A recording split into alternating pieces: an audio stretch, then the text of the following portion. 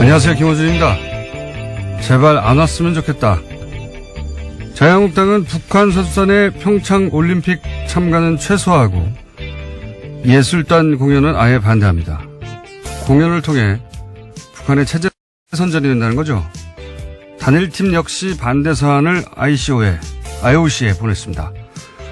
평창올림픽 남북 단일팀 추진 합의, 여야는 특별법 제정을 통해 평화올림픽이 될 수 있도록 남북한 단일팀 구성 및 공동훈련 조성을 함께 노력한다.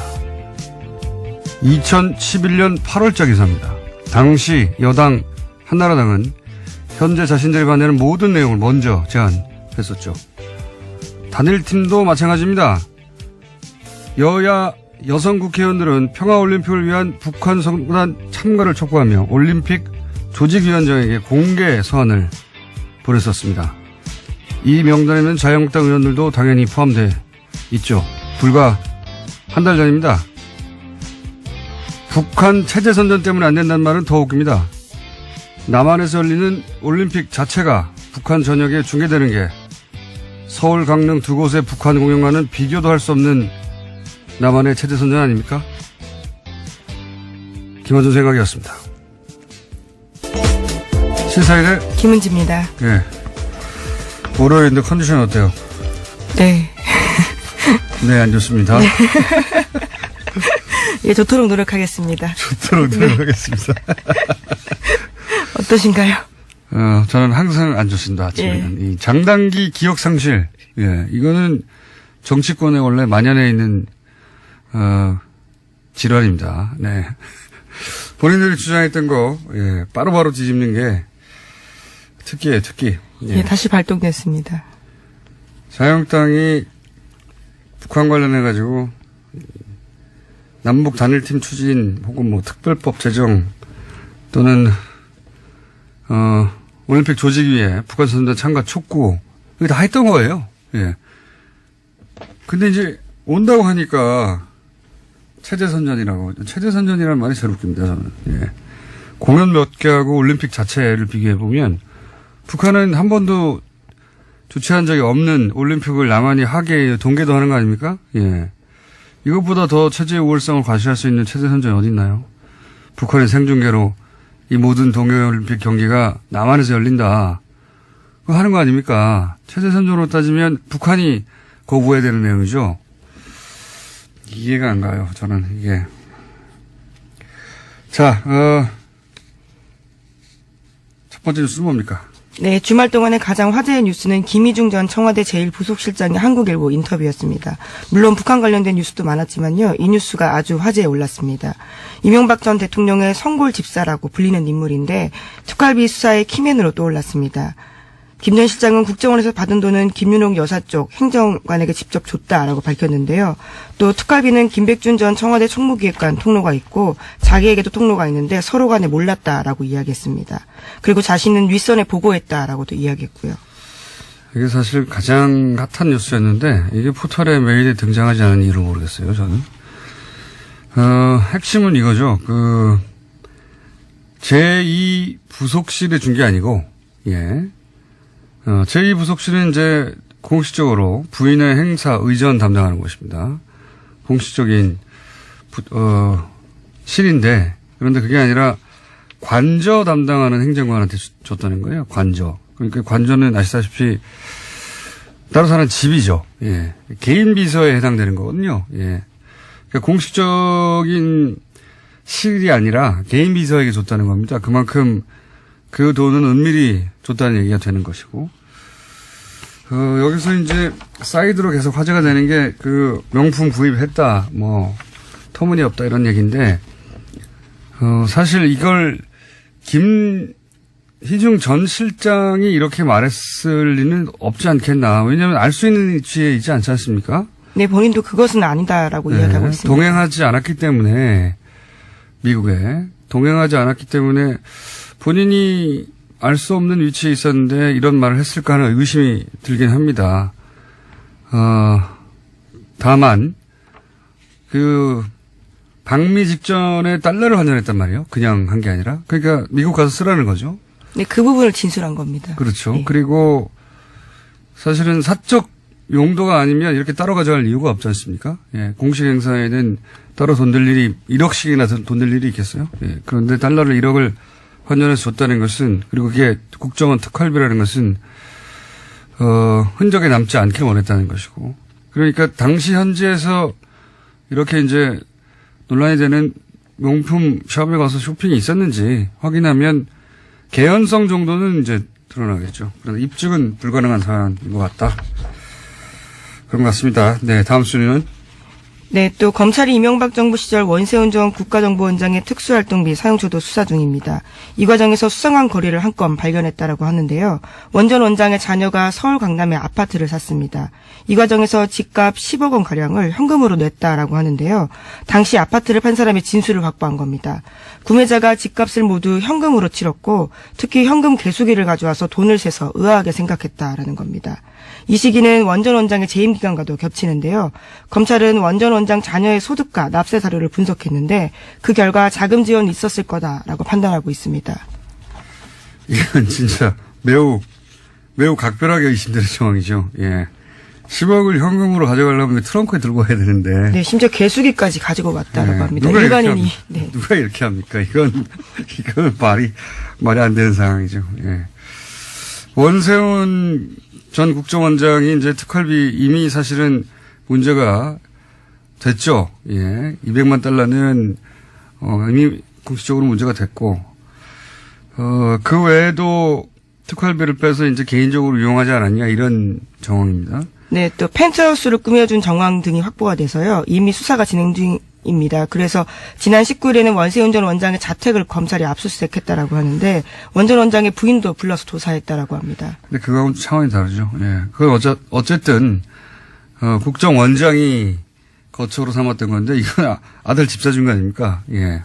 딸입니까 아들입니까? 하여튼 자녀 집을 만약에 일부라도 특활비가 들어가서 샀다면 이건 말도 안 되는 거죠. 그리고 이명박 전 대통령의 아들 이시영 씨 전세비에도 1억의 특활비가 들어간 정황이 지금 수사 중인 걸로 보도가 되고 있죠. 네, 다양한 집값들이 나오고 있습니다. 지난주에 내곡동 관련돼서도 말씀드린 바가 있는데요. 거기도 국정원 특활비 6억에 대해서 TV조선이 보도한 바가 있습니다. 네. 박근혜 전 대통령의 사저 기름값은 아무것도 아니었어요. 예, 이런 정황들이 만약에 수사 결과 드러나게 된다면 골 때리네요. 다른 말을 하려고 했는데 생각이 안 납니다. 자, 다음은요. 네, 검찰이 이명박 정부 시절 민간인 사찰 폭로를 막는 데 국정원 특활비가 쓰였다라는 의혹에 대해서도 조사 중인데요.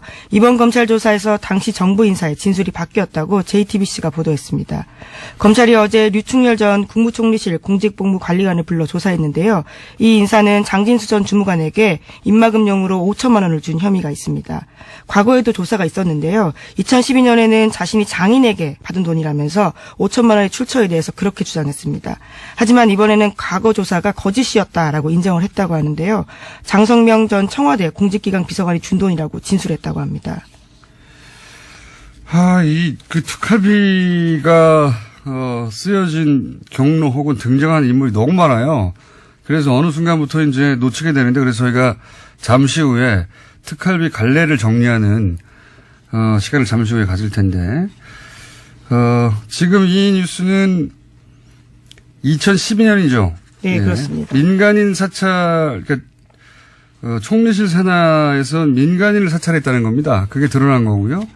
그때 이제 장진수 주무관이 이제 이 사실을 폭로했는데 입막음을 하기 위해서 돈이 쓰였는데 그 돈이 당시로는 출처가 불분명하다고 끝난 사안이었어요. 네, 검찰이 제대로 수사를 하지 않고 끝냈다라는 의혹을 사고 있습니다. 당시에는 이제 그 돈을 전달한 사람이 장인이 줬어요. 5천만 원을.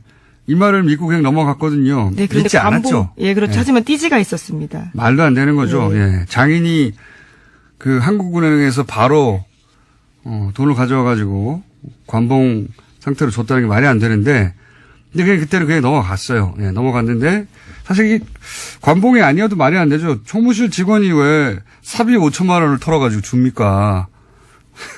말도 안 되는 건데 그때는 그냥 넘어갔습니다. 근데 지금 이게 이제 돈이 대체 특활비는 맞는데 어떤 경로를 통해서 흘러왔는지를 지금 수사하는 과정에서 그때 당시에는 부인했던 사람들이 다시 불려 나오고 있는 겁니다. 네. 네, 이미 구속되기도 했는데요. 김진모 전 민전 2위 비서관 같은 경우에는 국정원 5천만 원 민간인 사찰 관련자에게 줬다라고 이야기하고 있습니다. 지금 흐름도는 이제 민정수석에서 민정비서관으로 갔다가 그리고 수석. 공직기강비서관으로 갔다가 다시 총리실 관리관으로 간 것으로 지금 보이는데 중간이 빠졌었거든요. 예. 이 중간을 수사한다는 이야기입니다. 이름은 많이 등장해가지고 헷갈리시겠지만 흐름은 그렇습니다. 민정수석을 통해서 민정비서관으로 가고 다시 민정의 또 비서관으로 갔다가 총리실로 넘어가서 그것이 폭로했던 장진수 전 주무관에게 건너진 거 아니냐. 근데 중간에 원래는 장인이 줬다고 했던 사람. 네, 출처를 그렇게 둘러냈었습니다. 네, 그렇게 해서 넘어가 버렸는데 다시 수사는 중인 겁니다. 네, 이명박 정부가 저지른 범죄 혐의를 덮기 위해서 꼬리 자르기 위해서 국정원 돈까지 쓴 거였던 거죠. 예, 당시 민정수석이 이제 권재진 전 나중에는 법무부 장관이 됐죠. 예, 법무부 장관. 이럴 경우에는 이제 권재진 전 법무부 장관도 소환될 수도 있습니다. 예. 왜냐하면 당시 이 민정수석이었기 때문에. 네, 윗선 지시 당연히 밝혀야 되는 부분이기 때문에 부를 것으로 보입니다. 자, 다음으로 넘어가기 전에 갑자기 또 생각이 났는데 저는 이 보수가 남남 갈등, 이게 남남 갈등이거든요. 남남 갈등을 북한이 유발한다고 하는데 보수가 유발하고 있는 거예요. 예. 게다가 불과 몇 개월 전까지만 하더라도 전쟁 날 거라고 그렇게 걱정하고, 미국이 전쟁까지 옵션으로 놓고 있다고 연일 보수 매체가 보도하지 않았습니까? 보수 정치권도 그렇고. 그러면 지금 너무 반겨야 되는 거잖아요. 정말로 그렇게 전쟁을 걱정했으면, 이제 전쟁 안 하고 손수단 보낸다고 하니까 정말 반겨야 되는 거죠. 누구보다도 보수 매체와 보수 정치권에서. 예. 왜 오지 말라고 합니까? 최소한 앞뒤는 맞아야 되잖아요. 말이 안 돼요. 자, 다음 뉴스는요. 네, 다스가 부도 가능성을 놓고 내부 논의를 벌였다라고 일요신문이 보도하고 있습니다. 지난 10일 다스 경영진의 비공식 회의를 보도한 건데요. 문건까지 입수했습니다. 은행권 신규 대출이 불가능한 상황이라면서 부도 가능성을 언급한 건데요. 1월 중 만기가 들어오는 어음을 막지 못할 경우에 부도가 날 수 있다라는 겁니다. 게다가 일부 간부급의 경우에는 월급 지급이 불가능하다라고 통보도 해놨다라고 하는데 또 다음 날인 11일에는 노조에다가 공문을 보냈는데 자금 상황의 어려움으로 인해서 중대한 경영 위기의 기로에 마주하고 있다라는 주장까지 있습니다. 이 고위부도설은 뉴스공장에서 대략 2주 전쯤에 한번 예견했었던 것 같은데, 예. 요런 작전은 제가 아주 잘 알거든요. 예. 전문 영역입니다. 건실한 기업이 이제 정권의 정치보복 수사에 의해서 망가졌다. 이렇게, 말하고 싶은 거죠. 예. 지금, 그래서 다스가 부도라는 게 대단한 게 아닙니다. 어음을 그냥 결제 안 하면 부도가 나는 거예요. 예. 통상은, 부도가 나지 않기 위해서 노력하지만 고의 부도를 낼 때도 있거든요. 예, 여러 가지 목적으로. 회사가 매출이 없다든가 또는 정말로 경영이 어려워서 부도 난 경우도 있는데, 다스는 지금 그런 상황은 아닌데, 어음 결제만 안 해버리면 은행에 어음 결정 안 하면 부도가 나는 상황이기 때문에 그런 상황으로 갈 수도 있다. 예. 굉장히 의도된 경영난이거나 과장된 거다라는 이야기가 나오고 있습니다. 왜냐면은 지금 현대에서 갑자기 물량이 떨어졌다든가 자동차 경기가 나빠졌다든가 그런 게 아니거든요. 지금. 예. 2주 전에 예견했던 뉴스가 2주 후에 나오는 예언 뉴스 공장입니다. 또 이 뉴스에서도 눈에 띄는 부분들이 있는데요. 다스 본사가 압수수색 당시에 다스 해외법인을 총괄하는 홍아무개 부장의 컴퓨터 하드디스크가 압수되지 않았다라고 합니다. 또 국내 협력사 관리 총괄하는 박아무개 구매실장, 인사노무실의 한 아무개 실장 이사의 하드디스크도 제출되지 않아서요. 걱정스러운 목소리를 담고 있습니다. 그렇군요. 예. 이런 보도가 있는 만큼 또 추가 수사가 이루어지겠죠. 자, 고의부도 가능성, 2주 전쯤 얘기했는데, 예, 그런 뉴스가 하나 나왔습니다. 자, 다음 뉴스는요? 네, 더불어민주당 박범계 의원이 2016년에 녹음된 다스 이상은 회장의 아들 이동영 씨의 발언을 공개했습니다. 녹취록에 따르면 이동영 씨는 해고된 다스 직원에게 나도 어디 갈 데가 없다. 아버지도 여기서 월급 받고 있지라고 이야기를 합니다. 이상은 회장이 소위 바지 회장임을 인정하는 발언들을 하고 있는 건데요. 또 다스가 거래업체에서 받은 리베이트가 이명박 전 대통령에게 전달됐다라는 의혹도 담겨 있습니다. 자, 좀 전에는 다스가 아플 예정인 뉴스가 나왔고요. 예, 이번에는, 이상한 회장, 예, 명부상 소유주죠. 예, 최대 주주인데, 지금 박범계 의원이 공개한 녹취록에 따르면, 이상한 회장, 그러니까 준재벌입니다. 그 다스 규모로 볼 때. 준재벌의 아들 임영영 씨가 나도 월급 받고 아버지도 여기서 월급 받는다. 라고 하는 녹취록이 나와버린 거죠. 그러니까, 월급 사장에 불과하다. 예, 이런 말인 정황이라고. 스스로 이야기하고 있는 녹음이기 때문에요. 예, 이건 누가 물어보는 게 아니라 본인이 누군가한테 하는 얘기가 담겨서 아마 그 상대방이 아마 당시에 이유는 확인이 되지 않았는데 녹음을 했나 봅니다. 녹음을 해서, 공개한 내용입니다. 박범계 의원이 공개했고요. 예.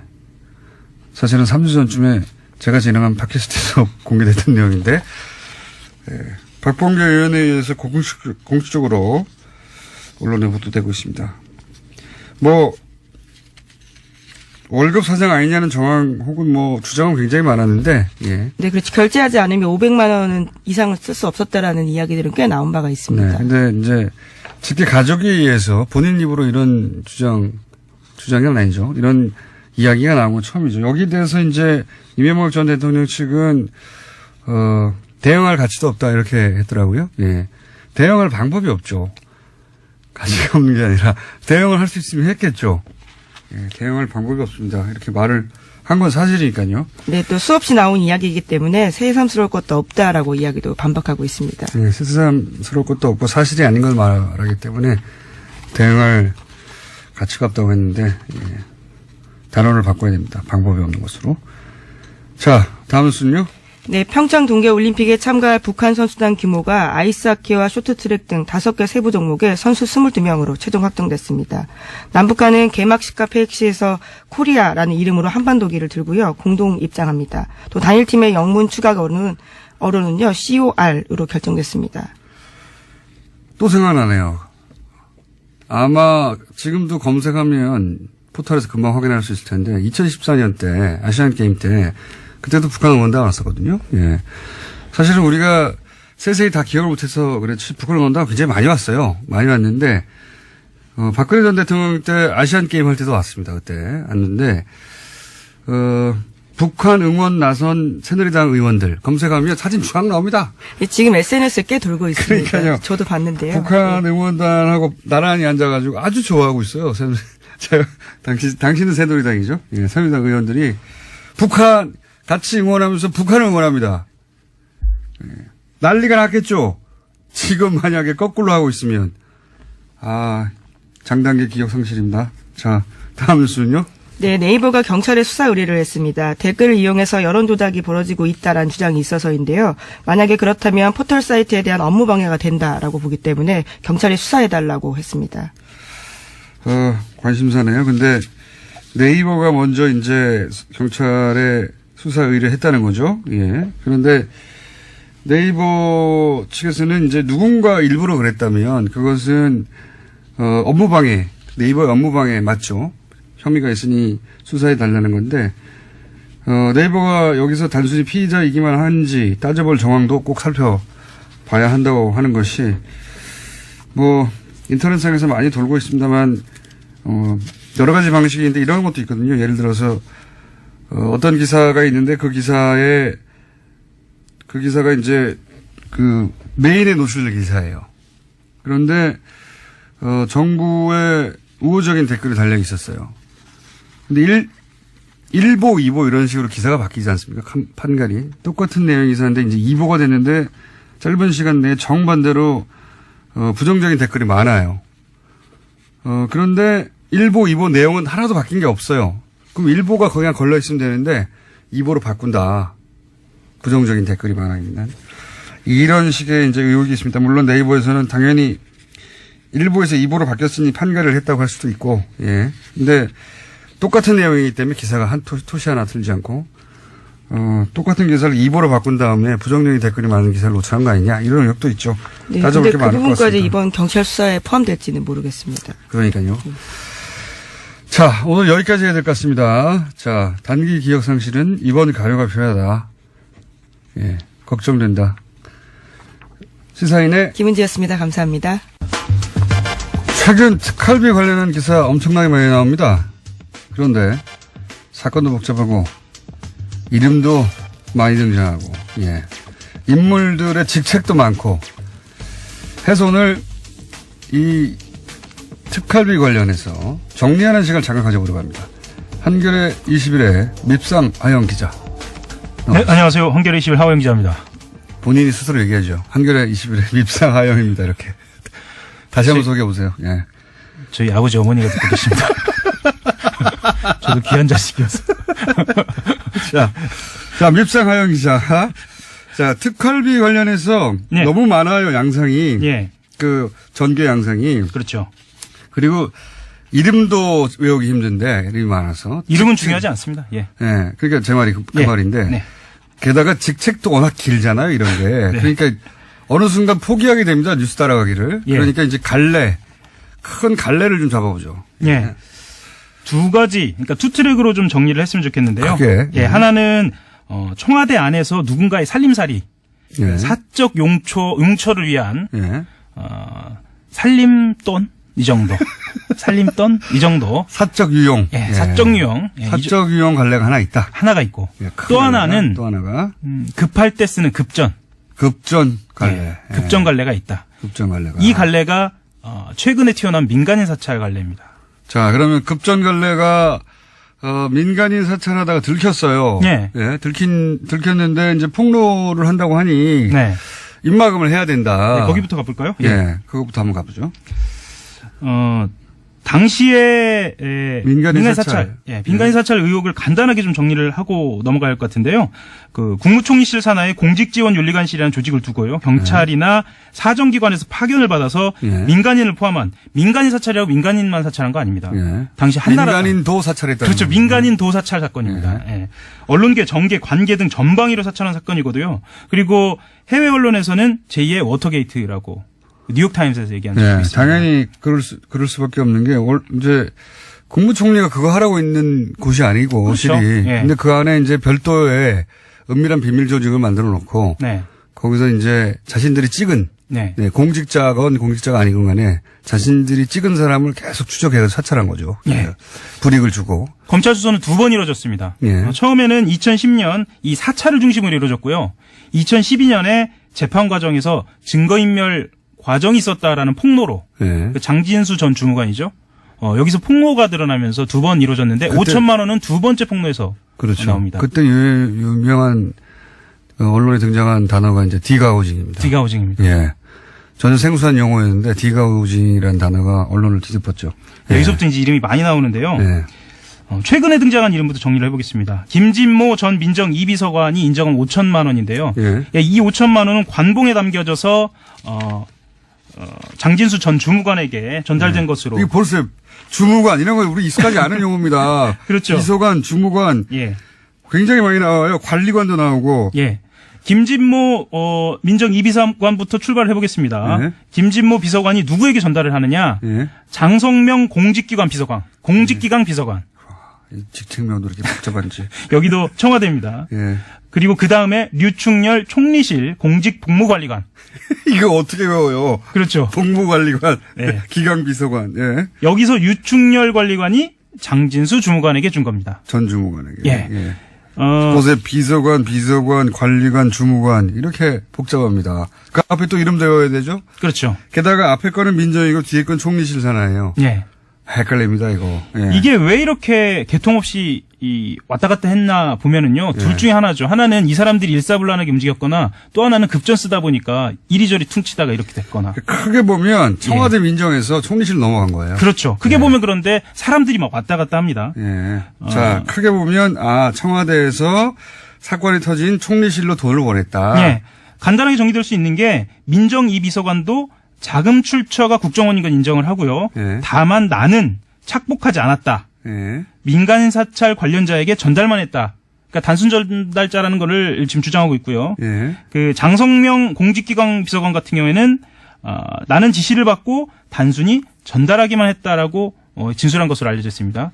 그러니까 이 사람도 전달자라고 하는 그러니까 거예요. 청와대 쪽에 있던 그 비서관들은 나는 전달만 했어요. 예. 이게 나왔고 그리고 나서 이제 돈을 당사자한테 직접 준 국무총리실. 네. 국무총리실에 있던 유충렬 관리관은 이거 장인이 준 겁니다. 2012년 당시에 예. 그랬습니다. 장인이 준 겁니다. 하고 이제 그래서 수사는 거기서 끊어져 버렸죠. 아예 청와대 위로 안 올라갔어요 그때. 당시 검찰은 장이 준 것으로 믿었어요. 믿었다기보다는 그냥 덕분에 여기서 끝내자. 그러니까 예. 당신은 총리실에서 끝내버린 겁니다. 이야기를. 맞습니다. 이게 청와대까지는 안 올라가고 민정까지는 안 올라가고 끊어졌던 것이 이제는 거꾸로 내려왔거든요. 지금은 그러니까, 수사가. 그렇죠. 그러니까 장인이 준 돈을 본인이 조폐공사에서 찍은 관봉으로 그냥 묶여진 상태에서 그러니까요. 한국은행에서 한 번도 쓰지 않은 이 관봉으로 5천만 원을 넘겨줬다는 장인이 거예요. 그 한국은행 장이라든가 조폐공사 사장이면 가능할지도 모르겠습니다만은 예. 어쨌든 그런 상태였는데 검찰은 그걸 믿어준 거죠. 예. 여기서 근데 게다가 라인을 장인은 사망한 상태입니다. 그렇죠. 예. 보통 이모 할머니나 장인 핑계를 많이 대죠. 예. 특히 사망하신 분들 예. 등장하게 되는데 예. 그렇게 사건이 덮였다가 이번에는 거꾸로 내려온 겁니다. 거꾸로 이게. 내려온 거예요. 예. 청와대 쪽에서부터 타고 내려와가지고 이 돈이. 예. 여기서 중요한 거는 지시를 받고 그랬다라는 거예요. 그래서 지시라는 말이 등장하거든요. 예. 그러면 지시라고 하면 비서관 위에 지시를 할 수 있는 사람들이 여러 사람이 있지만 대표적으로는 당시 권재진 청와대 민정수석이 있고요. 예. 근데 이제 이 지시를 받았다고 한 사람 중에 제일 직위가 높은 사람이 현재까지 밝혀지기로는 김진모 이 비서관입니다. 그렇죠. 예. 근데 이분은 구속이 돼버렸어요. 구속이 됐다는 것은 확인이 됐다는 거죠. 그렇죠. 그러니까 요 위가 남은 겁니다, 이제. 위에가 남은 거예요. 예, 사건이 이해가셨는지 모르겠는데, 이제. 그러면 민정수석과 대통령 실장을 예. 곧 소환해서 조사를 해야 한다는 얘기입니다. 위에가 별로 안 남았어요, 이제. 네. 예. 비서관 위에는 민정수석이고요. 네. 그 위에는 이제 대통령입니다. 그렇죠. 요 두 칸이 남아있는 상태다. 이명박 전 대통령 남았죠. 예. 그 아래부터 제일 고위직은 이미 비서관 중에 제일 고위직. 돈을 받았다. 예. 돈을 나는 받았지만 건넸을 뿐이다. 그렇죠. 한 사람은 구속이 됐고요. 예. 예. 그리고 그 밑에 이제 이전에는 인정하지 않았던 사람 한 사람 남았고 네. 또 한 사람은 돈은 줬는데 곧 장애인이라고 했던 사람 남은 겁니다. 그렇죠. 네. 민간인 사찰에서 5천만 원 관복이 중요한 이유가 이 청와대 라인만이 아니라 국정원 라인으로 타고 올라갈 수 있는 거예요. 그렇죠. 그러니까 말하자면 김진모 민정 2비서관이 구속된. 네. 구속된 국정원으로부터 받았다라고 하면 등장하는 사람이 모경만 당시 국정원 기조실장이거든요. 예. 모경만 당시 국정원 기조실장은 아주 대표적인 서울시 멤버입니다. 자, 이제 국정원으로도까지도 얘기를 하는데. 서울시 member 하면 또 등장하는 인물 예. 원세훈 국정원장, 예. 당시 서울시장 이명박 전 대통령. 예.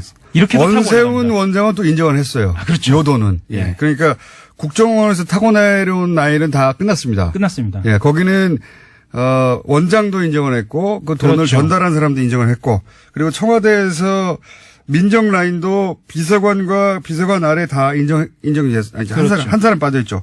중간에 그 공직기강 비서관. 예. 이 사람은 이분은 이제 5천만 원 존재 자체를 인정하지 않았는데 예. 나머지가 다 확인이 됐기 때문에 이분은 이제 불려갔고요. 지금 그 뭐 1000개 피스 퍼즐이라고 하면 예. 한 990개 정도는 맞춰진 예, 상태입니다. 거의 다 맞춰졌습니다. 거의 드러났다. 자, 이게 이제 예. 공식 라인 선상에서 급전으로 해결하는 갈래 사건이고 그다음에 사적 유용 라인이 하나 있지 않습니까? 공식 유용 라인 조금만 더 설명을 드려야 할 것 같은데 5천만 원이 아니고 5천만 원이죠. 5천만 원 말고 1억 7천만 원짜리가 또 있습니다. 또 있죠. 참. 예, 또 있습니다. 그거 간단하게 정리하겠습니다. 이번에는 이게 이영호 전 청와대 고용노사 비서관이라는 사람이 전달하는 돈인데요. 예. 이 돈은 4천만 원, 이 비서관이 4천만 원을 당시 진경락 공직윤리지원관실 기획총괄과장에게 건넵니다. 좀 길죠? 예. 예. 그 다음에 2천만 원을 장진수 주무관에게 건네고. 이것도 용도는 마찬가지예요. 사실. 마찬가지입니다. 예, 입막음용입니다. 그리고 변호사 비용으로 또 4천만 원. 예. 진 과장과 장 주무관에 건네고요. 나머지 이인규 당시 공직윤리지원관을 포함한 직원들에게 3천만 원. 이것도 변호사 비용입니다. 왜 제가 이 말씀 드리냐면 대체로 특활비를 기관에서 쓰는 대표적인 사례로 변호사 비용을 많이 따지거든요. 예. 그래서 제가 이 말씀 드렸습니다. 자, 이거 용도는 똑같고요. 예. 갈래가 좀 다를 뿐 액수와 용도는 똑같은데 그 중에서 이제 제일 복잡하게 등장하는 게 그리고 가장 중요한 게 지금 앞에 말씀드린 부분입니다. 예. 왜냐하면 이 수사는 민정수석과 대통령밖에 안 남았기 때문에 사실상. 맞습니다. 자, 그리고 사적 유용. 이것도 큽니다. 이건 의미가 큽니다. 액수를 넘어서서. 예. 정치적 의미가 굉장히 크고 예. 파면 팔수록 어마어마한 어디까지 갈지 모르는 일입니다. 간단하게 얘기해서 이제 지금 한참 논란이 되고 있는 1억짜리 해외에 나갔을 때. 그렇죠. 근데 이제 이 돈을 원래는 제2부속실로 준 거 아니냐. 네. 부인에게, 대통령 부인에게, 김영욱 여사. 근데 이제 알고 봤더니 그게 아니라 이제 관저의 비서한테 줬다. 여기서 핵심은 관저입니다. 관저. 예. 집에 준 거예요, 집에. 집 문 앞에 갖다 준 겁니다. 청와대 예. 공식 라인이 아니라 집에 갖다 줬다. 이런 얘기입니다. 박근혜 전 대통령의 그 관저의 음습함 있잖아요. 예. 이게 어디서부터 연원하나 했더니 사실은 이명박 전 대통령 관저에서도 있었던 겁니다. 그러니까요. 예. 박근혜 전 대통령도 참, 많이 거론됐지만은 집 관련해서는 돈을, 집 관련만 따지자면 다른 어처구니 없는 것도 많지만 기름값 냈다 이런 거 있지 않습니까? 그렇죠. 예, 집 관련해서는. 근데 여기서는 이제 집값을 아예 냈다는 쪽으로 지금 명품 이쪽 라인도 있지만 그거는 입증이 입증이 불가능할 거라고 봐요. 네. 저는. 입증은 불가능한, 왜냐면 현금에는 딱지가 안 붙어 있으니까. 안 붙어 있죠. 관복 말고요. 관복은 딱지가 있어서 들킨 거예요, 지금. 예. 근데 현금에는 해외 나와서 쇼핑을 했을 수 있어요. 그렇죠. 예, 그런 이야기는 많이 있습니다, 사실. 네. 그걸 잡아내는 건 어려운 일이 아니에요, 사실은. 왜냐하면 예를 들어서 이번에 문제가 되고 있는 미국 같은 경우에 그렇죠. 버지니아주에 있는 쇼핑몰에 한국 쇼핑 그 가게에 한국 직원이 있었거든요. 그렇죠. 그래서 쇼핑을 했냐 안 했냐를 따지는 건 어렵지 않습니다. 근데 네. 그 돈이 특활비로 쓰였냐를 입증하는 건 거의 불가능하다고 저는 봅니다. 그렇죠. 예. 만 원짜리가 아니고 달러죠, 이제. 예, 달러가 어떻게 쓰였는지 확인하기 좀 어렵죠. 그건 입증이 불가능한데 집값 요런 쪽으로 간 거 있잖아요. 예. 그리고 이런 이야기들 나오는데 왜 이렇게 디테일한 거에 집착하냐면 관저, 달러로 줬느냐 뭐냐, 이런 거 왜 의미가 집착하냐는데 완전히 다르거든요. 뇌물이나 이 국고 손실 같은 경우에는 이 상황이 특정이 돼야 합니다. 액수도 그러니까요. 특정이 돼야 하고 이게 하나만 삐끗하면 그 범죄 혐의를 입증하는 데서 무죄로 갈 수도 있거든요. 그래서 굉장히 검찰은 디테일합니다. 아마 명품에 관심이 없을 거예요. 그렇죠. 왜냐하면 입증이 불가능하거든요. 네. 예. 설사 명품 뭐뭐뭐를 샀다 확인 몇 날 며칠 다 확인이 돼도 그게 특활비인지 어떻게 합니까? 그렇죠. 그게 중요한 게 아니고 누구에게 건넸는지. 예. 부속실장 제2부속실장이 아니고 진짜 여성 행정관에게 건넸는지. 예. 그리고 달러로 직접 건넸는지.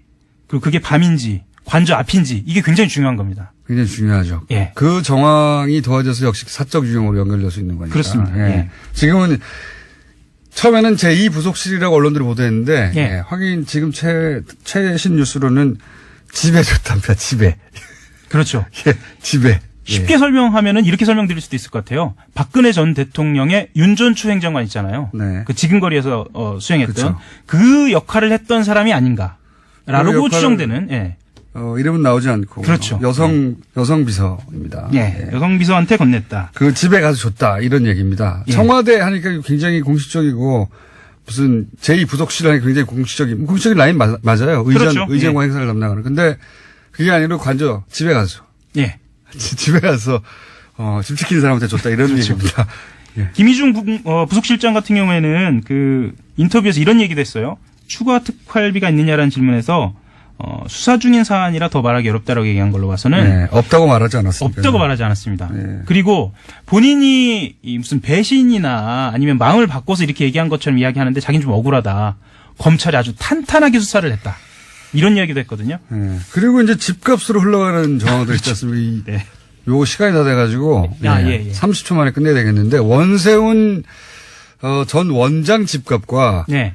그리고 이제 이명박 전 대통령의 아들 이시영 씨의 전세금이라든가 집값 그렇죠. 이쪽으로 들어간 정황들이 또 있어요. 딱 떨어질 가능성이 있죠. 큰일 났습니다. 예. 큰일 났다. 지금 예. 강남 집값이 엄청 오르고 있기 때문에요. 이 분노가 예. 예. 집값에 들어간 게 확인되면 이게 진짜 건드리면 예. 국정원 특활비가 자기들 집값에 큰일 나는 거거든요, 이거. 부동산 투자도 아니고 자, 세금 가지고 여기까지. 투자. 예. 밉상. 하호영 기자였습니다. 예. 한겨레 21 하호영 기자였습니다. 감사합니다. 기자 아직도 안 나와가지고 말 나누고 있었습니다. 점검단. 예. 공연 행사 이전에 점검단이었죠. 예. 현송월 삼지연 관련 악단장이 점검단을 이끌고 왔는데요. 정세현 전 통일부 장관, 까칠한 장관님 연결해서 이게 지금 어느 정도 잘 되고 있는 건지 한번 여쭤보겠습니다. 안녕하세요, 장관님. 예, 예. 네네. 또 까칠하다고. 자, 예. 여러 가지 남한 쪽에서는 이제 여러 가지 논란도 있고 갈등도 있는데, 예, 그 중에서 최근에 가장 큰 논란은 자유한국당 낙연 의원이 IOC에 단일팀 구성 반대한다는 서한을 보냈습니다. 네. 예. 북한이 올림픽을 최대 선전적으로 활용하려고 한다. 예. 요거 어떻게 보십니까? 우선. 한 10년, 11년쯤 됐나요? 2010년 6월 29일 날 당시 나경원 의원이 여당일 때, 네. 여야 의원 284명이 공동 발의한 2010년 평창올림픽 유지 지지 결의안이라는 게 있습니다. 네. 거기 보면은 결의안 2항에 세계 유일의 분단국인 대한민국의 평창에서 동계올림픽이 개최될 경우 동북아 평화와 인류 공동 발전에 공동 번영에 크게 기여할 것이다. 예. 뭐 이런 얘기를 했어요. 예. 그런 구절이 들어가 있어요. 여기 지금 그다음에 또 미안합니다 이거 2011년 12월 29일 날 국회에서 통과된 평창 올림픽 특별법 지원 특별법에 보면은 거기 85조 2항에 남북 단일팀 구성 등의 합의가 이루어지면 지방자치단체와 정부는 행정적, 재정적 지원을 할 수 있다. 이렇게 규정이 되어 있어요. 한나라당이 그때 당시 추진한 겁니다. 그렇죠. 한나라당이 여당일 때. 예. 그렇기 때문에 지금 이명박 대통령도 다스 문제 관련해서 지금 평창올림픽 내가 유치했는데 나를 이렇게 어렵게 할 수 있느냐는 얘기 할 정도로 지금 평창올림픽 유치 관련해서 당시 여당이 발의안도, 지지 결의안도 내고 특별법. 지원 법안도 예. 만들었는데, 특별법도 만들었는데, 예. 여기 보면은 이게 북한 체제 선전에 기여한다는 얘기가 없어요. 세계 유일의 분단국인 한국에서 이게 열리면 동북아 평화와 인류 공동 번영에 기여할 것이다. 이렇게 얘기를 했고 단일팀이 되면은 행정적인 지원을 정부가 해야 된다. 예, 재정적 지원까지 해야 된다는 얘기를 했는데 왜 지금 이제 와서 이러는지 모르겠어요. 양반들 무슨 기억 상실증에 걸렸나? 아니, 그러니까 지금은 법대로 하는 거고요. 그 법이 네. 바로 지금 반대하고 있는 자유한국당의 전신인 한나라당 때 자신들이 만든 겁니다. 그렇죠. 예, 그 법에 의해서 지금 진행되고 있는데 지금은 아니 어쨌든 불과 지금 10년도 안 된 일을 이렇게 잊어버리면 어떡해요? 자, 이건 어떻습니까? 지금 현송월 단장이 와서 점검하고 있고, 그리고 경의선 육로로 오고, 마식령 스키장 둘러보고 하고 있는데, 이게, 남북 관계에서 어떤 의미가 있는 겁니까? 2002년 9월부터 2005년까지 해가지고, 경의선 철도도로, 동해선 철도도로를 연결을 해놨습니다. 예. 그리고 2005년 10월 25일 날 당시 미 국무부 장관이었던 콜린 파월 장관이 서울에 와가지고 기자들하고 인터뷰를 하면서 이런 얘기를 했어요. 내가 인공위성 사진을 통해서 보니까 한반도의 그 가운데를 가로지르는 철조망, 비무장지대를 뚫고 남북으로 두 갈래의 피스 익스프레스웨이가 연결되어 있더라. 동해선, 서해선을 얘기하는 겁니다. 네. 매우 감동적이었다. 왜냐하면 그 콜린 파월 국무장관은 당시 국무장관은 이걸 피스 익스프레스웨이라고 그랬어요. 그러니까 그 뒤에 이것이 개성공단 출퇴근로, 금강산 관광로로 쓰였었는데 이제 서해선은 지금 개성공단 막힌 지 2년 조금 못된 시간에 뚫리게 됐고 다시 예. 동해선은 평창 쪽으로 해서 금강산하고 마식령 스키장 우리 선수들이 가잖아요. 그거는 지금 금강산 관광 중단된 지 지금 8년 조금 안 되네요. 한 7년 조금 지난 뒤에 다시 뚫렸죠. 그러니까 다시 지금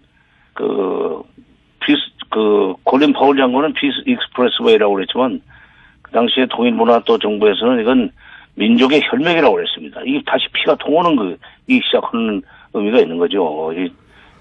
현송을 한 사람이 내려오는 것이 중요한 것이 아니라 정검단이 내려오고 나중에 이제 공연단도 그리 올 거고 뭐 선수단들도 올 거고 응원단도 오고 그럴 거 아닙니까? 그다음에 또 동해선 쪽으로는 우리 선수들이 북쪽으로 올라가서 훈련하고 오고 다시 이렇게 자꾸 접촉이 많아지면 남북 간의 그 화해 협력의 분위기가 고조되고 그것이 한반도 긴장 완화에 하게 되는 거죠.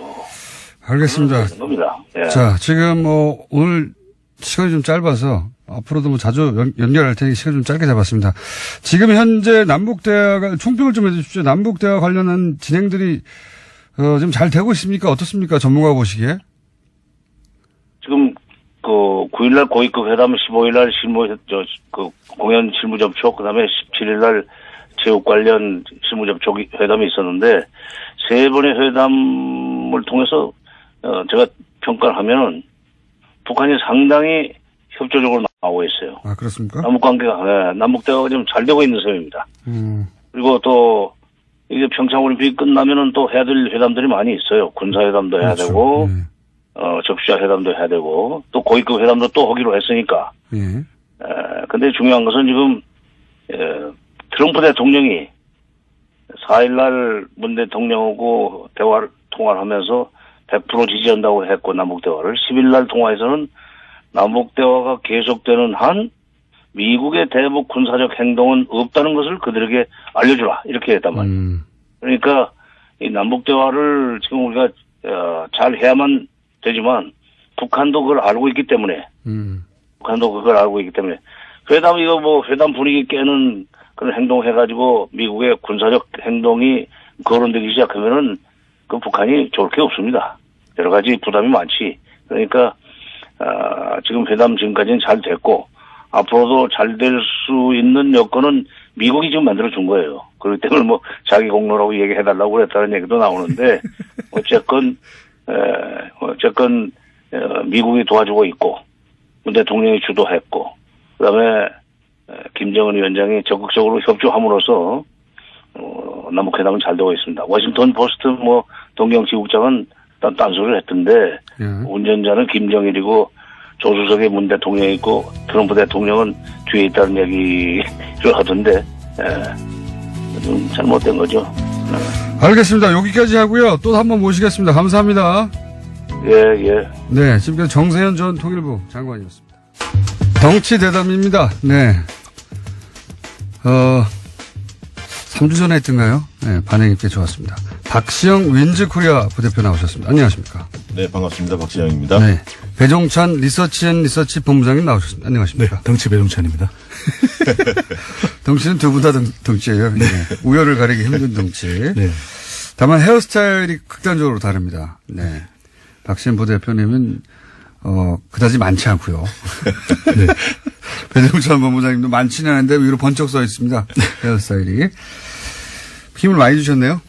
네, 좀 힘있게 하려고요. 네, 영상으로 보시는 분이 있다면, 예, 극명한 차이를 보실 수 있습니다. 네. 힘이 많이 들어갔다. 자. 조금 전에 잔디 인형 이렇게 꼭 이야기해달라고. 잔디 인형이요? 예. 쓰시려고 하다가 수줍게 지금 네. 잔디 인형이라고 누가 저희 작가들이 그렇게 불렀습니까? 뭐 주위에서 많이들 또 이야기를 뭐 죄송합니다. 네. 손가락을 대면 찔릴 것 같을 정도로 서 있습니다. 네. 자, 큰 이슈들 몇 가지가 과연 지방선거에 어떤 영향을 미칠 것인가 한번 큰 틀에서 한번 짚어보겠습니다. 짚어볼 큰 이슈들은 일단 국민의당과 바른정당의 합당, 그로 인한 정계 개편 과연 어떤 영향을 미칠 것인가. 그리고는 올림픽이 또 큰 게 있고요. 올림픽은 어떤 영향을 미칠까. 그 외에 비트코인을 비롯한 여러 가지 이슈들이 있습니다. 그런 몇 가지 이슈들은 또 영향을 미칠 것인가 한번 짚어보도록 하겠습니다. 자, 첫 번째, 이 한쪽은 합당하고 한쪽은 창당해서 사실상 분당이 이제는 뭐 기정사실화 되는 것 같습니다. 그렇죠? 네. 두 분이 보시기도 그렇죠? 네. 예.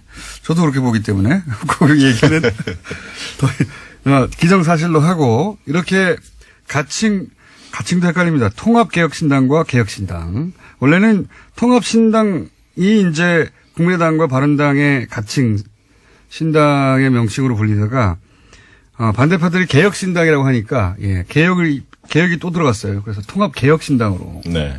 헷갈립니다. 아무래도 개혁이란 말 자체가 주는 이미지가 좋기 때문에 그걸 실그머니 붙인 것 같습니다. 네. 통합신당 하다가 통합개혁신당. 요거는 여론조사 같은 거가 예를 들어 통합신당과 개혁신당으로 붙었을 경우에 사람들이 잘 모르니까 개혁신당 쪽에 반대파 쪽에 정당 지지율이 많이 나올까봐 붙인 게 아니겠는가. 지금 뭐 리얼미터 조사 보면 그 통합 반대 정당 개혁신당이 한 4% 정도 뭐 잠재적 지지 정당. 근데 거기서는 반대라고 붙였기 때문에 부정적인 이미지가 있는데 이름을 앞으로 우리도 개혁신당으로 불러달라고 하면 이게 지지율이 좀 더 나올 수 있거든요. 그럴 수 있습니다. 이게 네이밍 이펙트라고 하는데 우리가 통합이라고 하는 효과도 이제 어느 정도 수준에 뭐 다 달라버렸으니까 이제는 개혁이라는 단어를 넣으면 뭔가 변화하는 건 사람들이 좋아하거든요. 네, 통합개혁신당. 네, 그러니까 이름에도 준수 그러면 왠지 준수할 것 같고 왠지 잘생길 것 같고 이런 현상이 있습니다. 네. 네, 실제 여론조사에 영향 미치죠, 이런 거. 약간 미치는데 결국 이거는 뭐 2월 달 내에 다 정리될 거라고 보여집니다. 양쪽의 실체가 다 드러나면 그러면 이제 국민들이 판단할 수 있기 때문에 길어야 한 보름 내지 한 20일 정도의 효과 아닐까 싶습니다. 그래도 굳이 붙인 걸 보면 그런 효과를 노렸다고 봐야 되겠죠? 그렇죠. 처음에 이제 시작할 때는 우리가 이 통합 효과가 나타나야 되기 때문에 이름을 잘 붙이는 것도 중요하거든요. 그만큼 좋은 이름을 붙였을 때 어느 정도 출발이 순조로울 수 있다. 그 점도 고려된 것으로 보여집니다. 근데 지금 최근에 보면 안철수, 유승민 추구하는 통합개혁신당 일명 지지도가 굉장히 정체 하락 중입니다. 그러니까 좀 초반에는 각광을 받다가 자유한국당을 넘어서지 못하고 있죠. 사실 잠재적 지지정당 본다면 그런 측면에서 본다면 최근에 어쨌든 불협화음들이 계속 나왔고 또 하나의 요인은 뭐냐면 새로운 인물들이 눈에 보이지는 않습니다. 그러니까 안철수, 유승민은 이미 다 본 사람들이고 국민들 눈에는 각광받는 새로운 인물들이 아직 뭐 결합된다는 소식이 없고요. 실제 뭐 손학규 정의와 이런 분들이 거론되고 있으니까 식상한 거죠. 국민들이 볼 때는. 두 번째는 이제 평창이 상당히 걸림돌이 될 겁니다. 2월이 컨벤션 효과를 극대화시켜야 하는데 공교롭게 평창올림픽이 있죠. 그리고 이제 지도체제나 지금 비례대표 국민의당 문제에 대한 이견들이 있지 않습니까? 유승민, 안철수 간에. 이런 어떤 잡음들이 계속 좀 노출될 가능성도 있고 두 분 다 굉장히 고집스럽고 독선적이기 때문에 얼마나 조율이 잘 될지 이런 부분들도 순탄하지 않을 가능성이 높기 때문에 이 정치 세력이 통합될 때 우리가 같이 춤을 춰야 된다 이런 이야기를 하거든요. 그 이야기는 통합 효과가 100% 오롯이 나타나려면 세 가지가 이제 이 손바닥이 마주쳐야 되는데 세 가지나 됩니까? 네네. 두 가지로 줄일까요? 네. 일단 들어보고 하죠. 갑자기 줄이는 첫 번째로는 이제 이 구성원 내에 이 합이 맞아야 되는 것이거든요. 그러니까 당연한 거. 대표적인 인물. 또 하나는 이제 지지층들이 또 서로 이 통합의 효과가 나타나야 됩니다. 아, 그렇죠. 그러니까 당은 합했는데 정작 정치 세력으로서는 근데 지지층들이 따로 놀게 되면 안 되는 것이거든요. 그렇죠.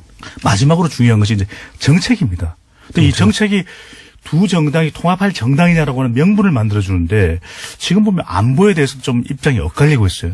햇볕 정책 같은 경우에. 또 대표적인 것은 MB 전 대통령에 대한 입장도 다소 엇갈리는 것을 미치고 있거든요. 그렇죠. 이런 게 이제 쌓이다 보면 과연 통합을 왜 하느냐 이런 이야기가 나올 수 있는데 이런 이 걸림돌을 얼마만큼 불식시킬 수 있느냐가 가장 중요한 포인트로 보여집니다. 자, 예리한 분석이었습니다. 다음부터 둘로 줄이겠습니다. 네. 예리한 분석이었는데, 그렇다면 지금 그런 말씀을 전제로 하여, 이 통합개혁신당 일단 먼저 얘기해보죠.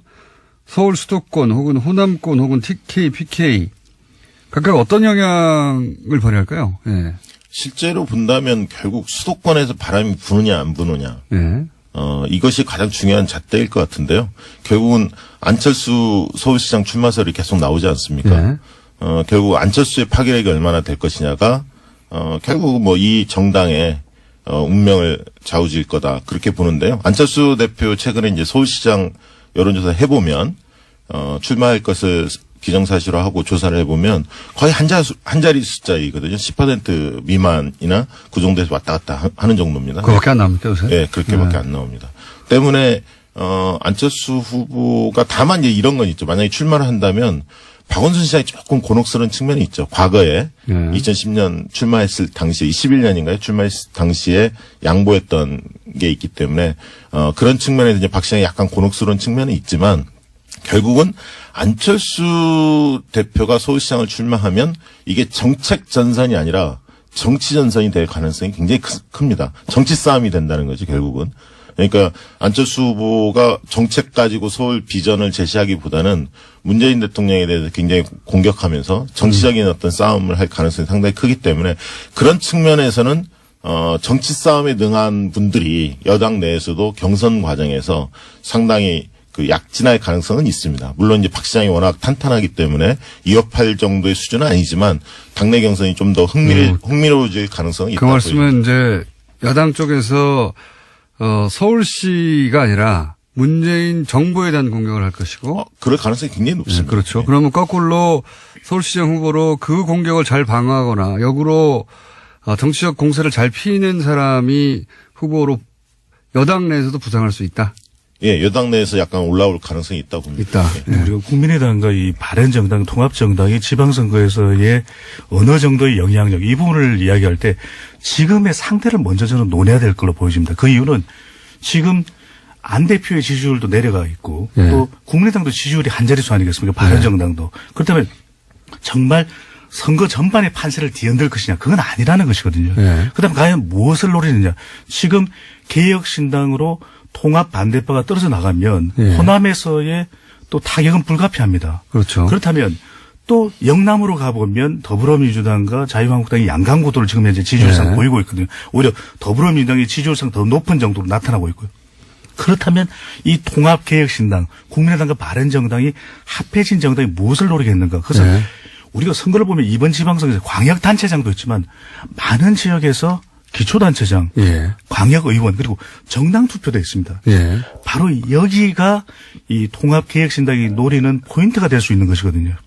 왜냐하면 이번 지방선거에 자칫 이렇게 나누어져 있다가는 기초단체장 그리고 광역의원에도 이 유의미한 득표를 못할 가능성이 높다. 그다음 여기에라도 발판을 만들어야 되는 것이 정치 세력으로서 다음 총선 심지어는 다음 대선까지 끌고 갈 수가 있거든요. 네. 바로 이 점을 노린 것이 오히려 더 큰 이유가 아닐까라고도 국회의원이 이제 당선이 되려면 사실 국회는 혼자 힘이 아니라 그 지방의원들 이 필요하니까 네. 그런 차원에서 그런 이유 때문에 이렇게 하는 것이다. 이렇게 분석하시는 거군요. 왜냐하면 지금 그렇게 진입되지 않으면 실제 이번 지방선거 다음에는 더 위축될 가능성이 높거든요. 네. 그렇다면 더 당선 가능성이 없어진 정당으로 누가 과연 국회의원으로 출사표를 던지겠습니까? 그렇다면 이 정치 세력으로서는 2014년에 새정치민주연합으로 했지만은 여러 가지 어려움들이 많았었거든요. 당시에도요.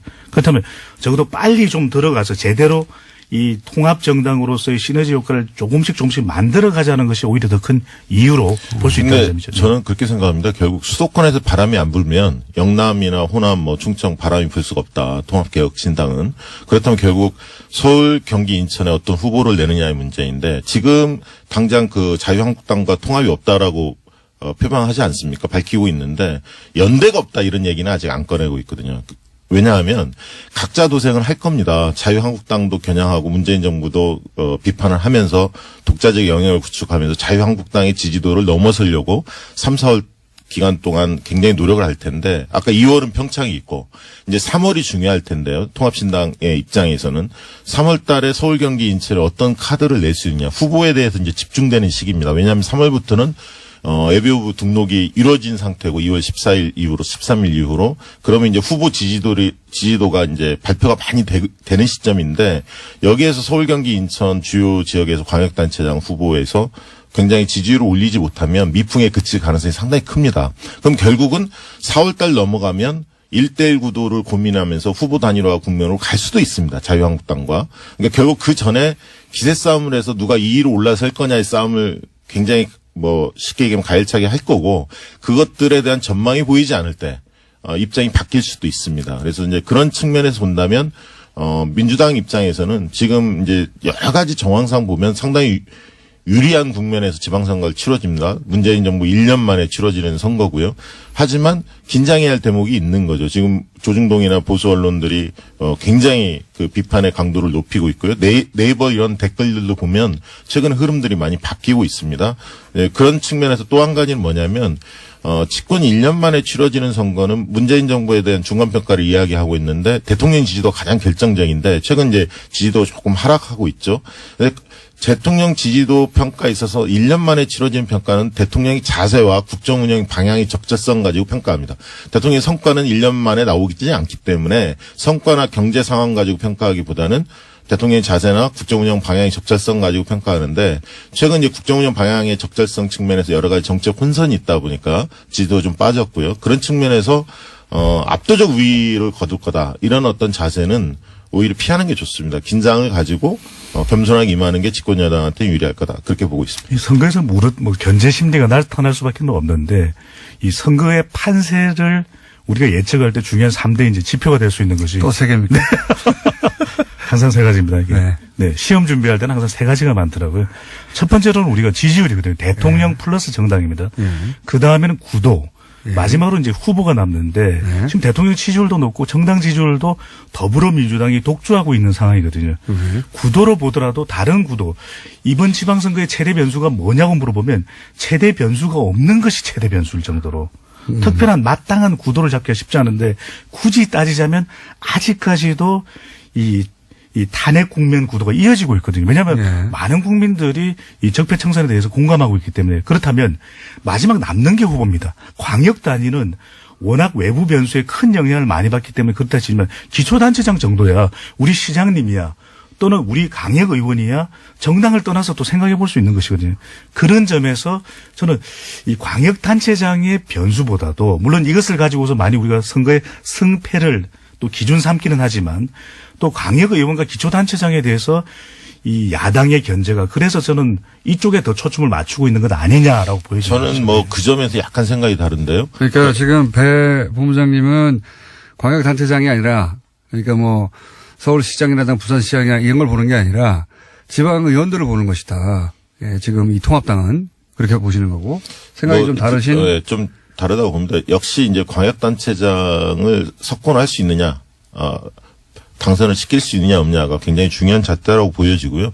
최근에 이제 저는 그런 말씀을 드리고 싶은데 이제 젊은 층, 여성, 자영업 이런 층 세 축이 약간 흔들리고 있습니다. 대통령 지지도로 보면 젊은 층 같은 경우는 비트코인 문제도 있고 단일팀 문제도 있고 여성 같은 경우도 단일팀 문제와 교육 문제 그리고 자영업은 최저임금으로 약간 흔들리고 있습니다. 그래서 결국은 다음 그 지방선거에서 민생전선, 정책전선에 있어서 쉽게 얘기하면 야당이 상당히 이 문제를 가지고 집요하게 공격할 가능성이 상당히 크다. 물론 이제 정치전선에서는 말씀하신 배 본부장님 말씀하신 대로 적폐청산에 대한 구도가 여전히 유지되고 있고 지방분권, 자치분권에 대한 개헌도 여당이 유리한 국면입니다. 지방분권하면 지역이 좋아지기 때문에 이런 긍정적인 측면이 있지만 민생전선에서 어떻게 잘 방어할 거냐. 저는 이제 그런 측면에서 오히려 민선 6기의 성과들이 상당히 있습니다. 그러니까 집권 여당 소속의 광역단체장이나 기초단체장이 일을 잘했다. 이런 평가 상당히 많거든요. 그래서 이제 그런 어떤 성공 사례들을 잘 제시하는 것이 중요하다. 그래서 내 삶을 위한 변화, 누가 잘했느냐라는 평가라는 측면에서 여당이 그런 부분들을 효과적으로 대응을 해야 한다 이런 생각이 들고요. 한 가지 변수는 삼선 피로감이 좀 있다는 겁니다. 그러니까 삼선 단체장들이 여당도 있고 야당도 있는데 여당 쪽이 좀 더 많죠, 사실은. 그래서 삼선 피로감들을 어떻게 극복할 거냐. 그런 측면에서는 30대 새 인물들을 광역 의원 비례대표 이런 데서 파격적으로 좀 공천해야 한다. 그러니까 기존 인물들만 가지고는 한계가 있다. 식상한 측면이 있을 수 있기 때문에 젊은 피 수혈이 불가피하다. 저는 그렇게 보고 있습니다. 서울시장 삼선 피로감 있습니까? 글쎄요, 저는 이게 삼선 피로감이라는 게 물론 이제 정치적으로는 있을 수 있는데 한편으로는 또 객관적으로는 얼마만큼 잘했느냐. 우리가 뭐 삼선이라고 해서 다 싫어하는 건 아니거든요. 삼선 짬뽕도 있고 삼선 짜장면도 있지 않습니까? 그러니까 이게 용어상으로 우리가 무리수. 죄송합니다. 이게 아니 근데 저는 그 이야기를 꼭 하고 싶은 것이 당사자로서는 굉장히 억울할 수 있는 부분이거든요. 왜냐하면 잘했고 성과를 냈으면 그만큼 또 평가를 받는 부분인데 그냥 단지 삼선이라는 이유로 피로감을 느낀다라고 바로 연결시키는 건 조금 오히려 이게 저는 무리가 있다고 보여지고 있는데. 익숙하고 안정감을 느낀다고 말할 수도 있지 않나요? 그렇습니다. 그러니까 삼선 피로감은 일부분 있습니다. 없는 건 아닌데 이것을 극복할 만한 더 긍정적인 요소를 주면 되는 거죠. 그게 이제 과제인 거죠. 사실. 근데 여기서 더 중요한 건 우리가 선거를 쭉 치러보면 막연히 유권자들은 잘 모르다 보면은 교체 의향은 굉장히 큽니다. 심지어는 재선하려고 하는 단체장에 대해서도 뭐 바꿔보지 뭐. 그러니까 바꾸자는 이 심리가 훨씬 더 크거든요. 유지하자는 심리보다. 저는 통상은. 네. 그 부분도 저는 조금 바꿀 필요가 있는 것이 정말 잘했다면 잘한 것에 대한 평가는 해줄 필요가 반드시 있어 보입니다. 대법원장님이 여기가 이제 서울시에 사는 방송이라는 걸 염두에 두고 하시네요. 전혀 아닙니다. 전혀 아닙니다. 아니, 저는 뭐 박원순 시장만 그 얘기한 게 아니라 삼선 사실 기초단체장도 꽤 있습니다. 사실 광역단체장뿐만 아니라 이제 그런 부분들을 효과적으로 관리해야 한다는 거고 여당 입장에서는 경쟁이 굉장히 치열한 곳에서는 경선 관리가 중요한 거고요. 친문, 비문 뭐 이런 관리가 중요해요. 경선이 치열하지 않을 것 같은 영남에서 오히려 경선 흥행이 중요합니다. 그래서 두 가지 측면을 나누어서 잘 관리할 필요가 있다. 제가 보기에는 박시영 부대표는 삼선 짬뽕, 삼선 짜장면을 안 좋아하시고 비트코인을 좋아하시는 거예요. 우리 더 큰 문제고요. 그러면 호남권에서는 지금 이제 반대파들이 상당하려고 하는 개혁 신당이 아무래도 그 통합 신당보다는 더 파일을 가져갈 것이다. 이렇게 예상하십니까? 근데 여기서 중요한 게 호남권에서는 예. 통합개혁신당, 국민 플러스 발언, 또 이 통합 반대파인 이 또 개혁신당이지만 여기서 더 중요한 게 지금 호남에서의 압도적인 지지율상의 영향력은 더불어민주당이라는 것이거든요. 그렇죠. 그러니까 이게 자칫 두 세력이 싸우는 사이에 오히려 더불어민주당의 영향력이 더 공고해져만 가는 것이 이 호남 판세다, 호남 상황일 수 있다라는 것이죠. 저는 그렇게 봅니다. 그러니까 광주는 판이 정리된 것 같고요. 더불어민주당이 압도할 것 같고요. 전남은 일부 지역과 광역단체 좀 지켜봐야 할 필요가 있습니다. 그러니까 박지원이라는 변수가 있기 때문에. 그렇지만 뭐 광주의 민심을 측정을 해보면 거의 민주당 쪽으로 쏠려 있는 것 같습니다. 현재 기준으로 예, 그렇다는 얘기죠. 근데 강주는 그게 문제일 것 같습니다. 그러니까 당내 경선을 어떻게 가져가느냐, 현 시장에 대해서 뭐 피로감보다는 뭔가 다른 명분의 후보가 나와야 되는 건 아니냐라는 그런 주장도 제기되고 있거든요. 그 부분도 얼마만큼 이게 자칫 불협화음으로 연결되지 않을까 하는 그 부분도 좀 지켜봐야 될 것 같습니다. TKPK에서 그러니까 소위 이제 영남권에서의 이 통합개혁신당과 자유한국당의 대결은 어떻습니까? 저는 영남권에서는 상당히 그 자유한국당이 더 유리할 거라고 보여집니다. 통합개혁신당이 내세울 인물들이 별로 없고요. 현실적으로 보면 거기에 이제 고령층 그 보수층들이 굉장히 탄탄합니다. 이념 보수층이 탄탄하기 때문에 이 수도권에서 아까 말씀드렸듯이 바람이 불지 않는 한 영남은 미풍일 거다. 신당은 수도권을 노려야 된다? 네. 그런 측면에서 유승민이 지난 대선에서 20대 남성층에서 상당히 인기가 있었습니다. 그러니까 결국 유승민이 당대표를 좀 고집하는 것 같고요. 당대표 했을 때 20대를 어떻게 흔들 수 있느냐. 여기에 따라서 이제 그 부분들이 이제 안철수 만약에 대표가 시장으로 나온다면 서울시장 나온다면 덕을 좀 보겠죠. 그래서 이제 서울에서 뭔가의 바람을 일으키지 못하면 저는 뭐 영남은 택도 없다 그렇게 보고 있습니다. 통합개혁신당도 아까도 말씀드렸지만 현실적인 어려움은 당장 인물을 나뉘거든요. 그러니까 지난 대선을 보더라도 안철수 국민의당 대표가 뭐 상당히 보수 쪽에도 이 득표력이 있는 것으로 알려지기는 했지만 당장 내세울 만한 인물이 없고 지금 우리 정치에서 유권자들의 또 박해진 성향은 검증된 인물을 원한다는 것입니다. 상당히 행정 능력을 갖춘 사람이 국민의당 그러니까 통합개혁신당 국민 플러스 발언으로 나와야 되는데 과연 나올 인물이 없다라고 하는 것. 이 점이 큰 또 문제이기 때문에 양당이 일단 다 훑어갔나요? 민주당과 자유한국당에? 그런 인물들 자체를 충분히 내에서 자체적으로 확보하지를 못하고 있는 거죠. 그러다 그래서 보면 영남권에서 영향권이 예, 아까 제한된다. 말씀드렸던 대로 영남권 쪽도 오히려 기초단체장이나 강력의원 쪽에 더 초점을 맞출 가능성이 높아 보인다는 설명을 드린 것이죠. 그러면은 신당이 광역단체장에서 당선 가능한 지역은 없다고 보십니까? 현재 기준으로는? 물론 제주도에 원희룡 지사가 어떻게 선택을 하느냐의 문제가 있겠죠. 원희룡 지사. 예, 네. 거치 문제가 있을 것 같고 그거 외에는 저는 별로 거의 없어 보입니다. 다만 이제 이런 건 있습니다. 영남에서 대통령 지지도 굉장히 영남도 높지만 지지 강도를 보면 좀 다릅니다. 그러니까 수도권과 호남에 비해서 영남의 대통령 지지층의 지지 강도는 그렇게 높지는 않습니다. 그렇기 때문에 지지도가 높기 때문에 영남도 쉽게 될 수 있을 거야라고 생각하는 만약에 여당 지지층이 있다면 그것은 착각이다고 저는 말씀드리고 싶고요. 결국 뭐 마지막 남은 가능성을 따진다면 안철수 유승민 대표가 대거 수도권에 또 출사표를 던지느냐. 그리고 이게 3파전 이상 4파전이 되게 되면 또 모르는 것이거든요. 선거라는 것이 3분의 1 이상 심지어는 가반을 넘어야만 좀 더 안정권에 들기 때문에 소위 말해서 4파전 이상이 되면서 이 대역급이라고 할 수 있는 이 안철수 유승민 대표가 정말 수도권 쪽으로 출사표를 던진다면 그리고 화력을 여기에 쏟아붓는다면 그 부분도 좀 더 서울시장 경기도지사 이 정도 나와준다면 유승민이 나올 가능성이 저는 전혀 없다고 보고요. 유승민 대표는 계속 신당의 대표를 하겠다는 거 아닙니까? 배지를 뗄 생각이 없는 거 아닙니까? 그리고 영남에서는 민주당이 선전하려면 최상위 상품을 내놔야 합니다. 광역단체장은. 저는 그렇게 보고 있습니다. 왜냐하면 이제 광역단체장은 급이 달라졌습니다. 지난번 대선 때 안희정, 이재명 이런 분들이 이재명 물론 기초단체장이지만 단체장 출신의 대선 후보급으로 발돋움하고 있거든요. 그렇기 때문에 도민들이나 시민들이 원하는 것은 최상위 상품을 내놔라 이런 측면이 있기 때문에 특히 민주당의 입장에서는 부산 경남 이런 부분에 있어서 최상위 상품을 내놓고 경선을 흥행시켜야만이 지지층의 지지 강도가 좀 낮은 것을 극복할 수 있다. 저는 그렇게 보고 있습니다. 최상의 상품을 참 이 유권자들이 알기 쉽지 않다는 것이거든요. 그렇다면 덩치가 큰 이 인물들, 인지도가 높은 덩치 큰 인사들을 좋아할 가능성이 높은데 뭐 우리를 좋아하는 건 괜찮은데 좀 더 최상의 상품인지 좀 꼼꼼히 따져봐야 될 것 같습니다. 안철수 대표의 서울시장 만약에 출마가 있다면 판세에 미칠 영향은 어떻게 보십니까? 제한적이다 아니면 흔들 수도 있다.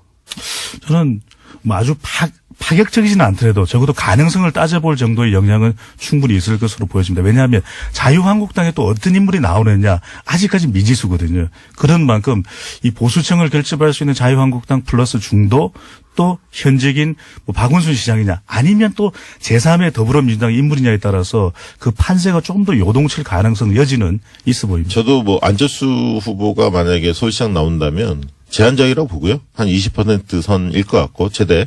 문제는 이제 자유한국당과 단일화할 거냐의 문제일 것 같습니다. 마지막에 그러니까 지금 광역단체장 같은 경우에 특히 자유당과 이 신당의 마지막 단일 후보 이게 변수 정도가 될 것이다 이렇게 보시면 네, 그렇게 보고 있습니다.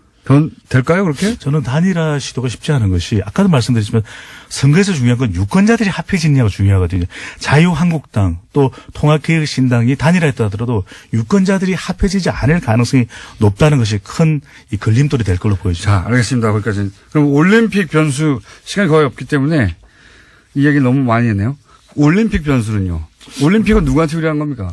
올림픽은 지금 당장은 단일팀 공동 입장 가지고 이제 논란이 좀 있었습니다만 실제로 이제 올림픽이 개최가 되고 그게 흥행이 성공을 하면 당연히 그 민주당한테 유리하죠. 지금 당장은 여러 가지 논란이 있기 때문에 그렇게 보일 뿐이지 전 나쁘지 않다고 봅니다. 다만 그것을 안보 이슈로 활용하고 있는 보수 야당의 어떤 논리가 약간 먹히고 있죠.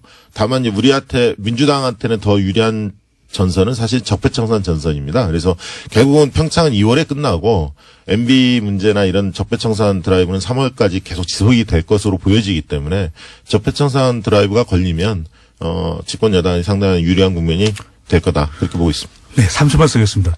이 올림픽 이후에 평화 모드가 유지되면 오케이, 여당에 유리할 텐데 자칫 북한이 뭐 3월이든 4월이든 또 북핵 실험을 한다. 분위기가 달라질 것으로 보여집니다. 북핵 실험을 하느냐 안 하느냐에 따라 북핵 실험을 안 한다면 그냥 올림픽은 네. 계속 여당에 유리한 국면. 네. 그러니까 지금은 뭐 단일팀이니 얘기가 많지만 실제 경기가 벌어지고 이제 올림픽이 진행되면 그런 이슈는 사라질 것이다. 그렇습니다. 응원 모드라는 게 있거든요. 응원 모드로 변하면 상당히 좀 변화가 또 있을 걸로 보여집니다. 네. 마지막으로 그 외에 이제 현재 이제 포탈 등을 통해서 대량 댓글이 생산되고 또 지지율에 영향을 준다고 하고 있는 비트코인이나 그 외에 뭐 최저임금이라든가 몇 가지 이슈가 있지 않습니까? 네. 이런 개별 이슈들이 종합적으로 계속 살아서 지방선거까지 갈까요?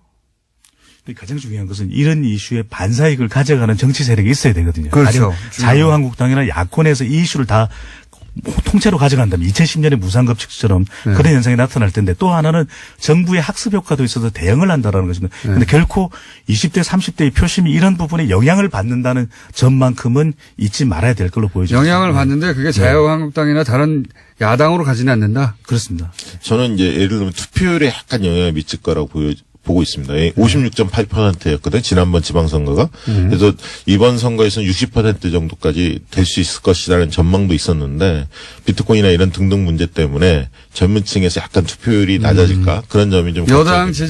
지지층의 젊은 세대가 투표장에 안 나갈 수 있다. 일부. 안 나갈 수도 있다. 예. 그럼 불리해지는 거죠, 또. 예. 불리할 정도는 아니지만 지나치게 낙관하는 건 경계해야 한다. 그렇게 보고 이 이슈가 여당에 불리하고 야당이 유리하느냐 따져봤을 때 이걸 야당이 가져가진 않는데, 그죠? 근데 여론상으로 볼 때는 이 이슈가 쉽게 가라앉을 이슈는 아니라는 것입니다. 20대 30대에게는 기회를 박탈됐다라는 것이 굉장히 이게 비트코인 같은 경우는. 네, 이게 상실감이 클 수 있는 부분에 대해서이기 때문에 네. 지속 가능성은 있다. 그러니까 가져가지는 않지만 투표장에 나가는 효과는 낮아질 수 있어요. 예, 그렇습니다. 그런 측면에서 최근에 당정청이 굉장히 협의를 강화해야 합니다, 사실은. 여러 가지 혼선들이 좀 노출이 되고 있거든요. 근데 이걸 야당은 왜 못 가져가는 거죠? 야당이 가져가기에도 이게 뚜렷하게 이게 딱 떨어지는 이슈가 아닌 것이거든요. 그러면 비트코인을 하자, 가상화폐를 무조건 하자라고 할 수도 없는 부분이고 또 남북 단일팀을 무조건 하지 말자고 극단적으로 이야기할 수도 없는 부분이기 때문에 이런 이슈가 우리가 이야기하는 굉장히 모호한 이슈. 그래서 이 이슈들이 답을 내놓기도 쉽지 않지만 그 파장은 지속되는 상당히 좀 골치 아픈 이슈가 되는 것이죠. 네. 자, 두 분 여기까지 하고요. 예. 이 정치 대담을 저희가 한 3주에 한 번씩 하려고 그랬는데, 오늘은 그렇게 크게 재미없어가지고 4주 정도로. 수기 기간이네요. 네. 네. 여기까지 하겠습니다. 박시영 윈지코리아 부대표, 배종찬 리서치 본부장이었습니다. 감사합니다. 감사합니다. 예. 잔디 인형이라는 게 실제 있군요. 저는 몰랐습니다. 저희 게시판에 사진을 보내주셨는데, 똑같네요. 배종찬 본부장님 머리하고, 이 인형하고 똑같습니다. 예, 똑같다고 생각하시면 됩니다. 싱크로율은 한 98% 정도. 예. 게다가, 인형 얼굴이 주는 이미지도 거의 유사하네요. 예. 예, 잔디 인형. 그리고 개그 무리수라고 별명도 지어주셨네요. 그 외에 장단기 기억 상실이 아니라 선택적 기억 상실 아니냐. 예. 지금 야당이 여당 시절에 냈던 법안이나 북한 관련해서 했던 활동들을 보면 사실은 지금 반대하고 있는 걸 고스란히 본인들이 했었거든요. 그래서 장단기가 아니라 불리한 것만 기억하지 못하는 선택적 기억 상실 아니냐 이런 문자 보내주셨고, 포탈 관련해서 문자 많이 왔네요. 예. 포탈 요즘 이상하다고 너무 댓글들이 이상하다고 느낀 사람들 많습니다. 저희도 좀 파보겠습니다. 예, 여기까지 하겠습니다. 자, 오랜만에 시간 확보했습니다. 국제 인문결 연구소 소장님입니다. 임상훈 소장님 나오셨습니다. 안녕하십니까? 네, 안녕하십니까? 새로 만드신 팟캐스트. 네. 사람들 좀 듣습니까? 예, 많이 듣습니다.